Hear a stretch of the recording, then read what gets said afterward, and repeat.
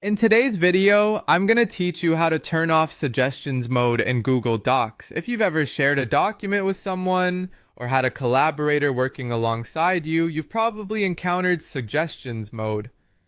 While it's an excellent feature for tracking changes and collaborating in real time, sometimes you just want a straightforward editing experience without the continuous pop-ups of suggestions. So let's dive into the steps for turning this feature off. First things first, you'll need to navigate to your Google Docs document. Open up your preferred web browser and go to your Google Drive. Find the document where you want to turn off suggestions mode. Simply click on it to open it. Once your document is up and running, what you'll see is your content, just like any other word processing software. However, if you notice a green bubble pop up in the top right corner or your text is highlighted with green annotations, that means you're currently in suggestions mode. Now head over to the top menu area of your document.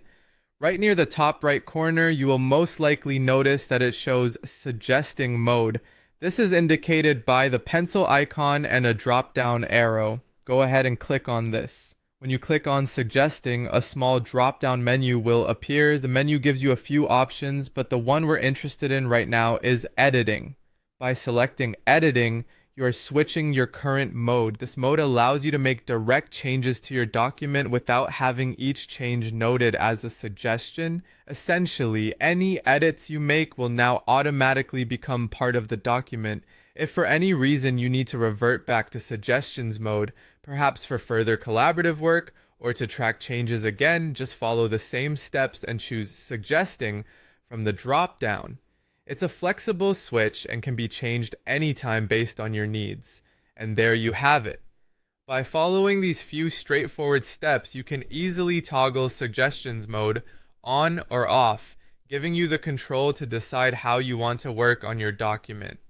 This simple switch is a great way to match the editing experience to your current project requirements, whether you're in a solo creative flow or working alongside team members. Remember, Google Docs makes collaboration easy and efficient, and understanding how to use these features to your advantage will help you make the most of your projects. Thanks for watching, and don't forget to like and subscribe for more helpful tips and tutorials. See you next time.